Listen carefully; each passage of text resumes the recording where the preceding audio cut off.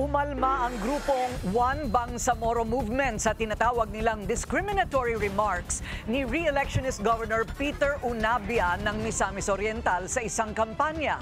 Ang detalye sa agenda report ng ating Mojo, Ivy Reyes.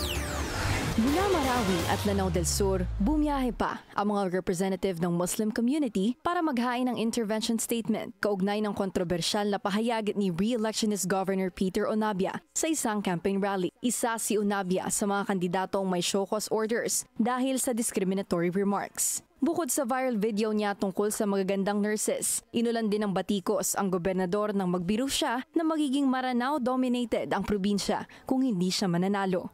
Again, kung hindi sana sila kandidato, baka wala pa kaming gagawin. Kasi wala naman kaming jurisdiction sa kanila. Kandidato po sila. Sa pangunguna ng One Bangsamoro Movement, hindi raw tinatanggap ng mga Muslim ang apology ni Unabia dahil hindi man lang daw sila kinokonsulta. Kasi kung hindi natin ito mapigilan, kung hindi umaksyon ang ating pamahalaan, particular ang Commission on Election, ay siguro marami pang susunod dyan.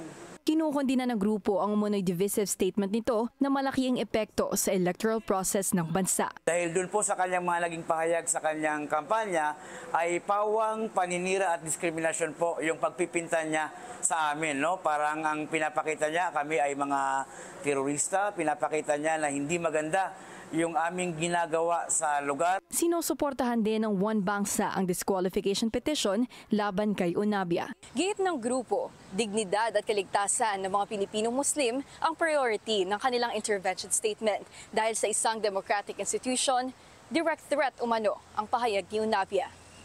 Para sa agenda, Ivy Reyes, Billionaire News Channel.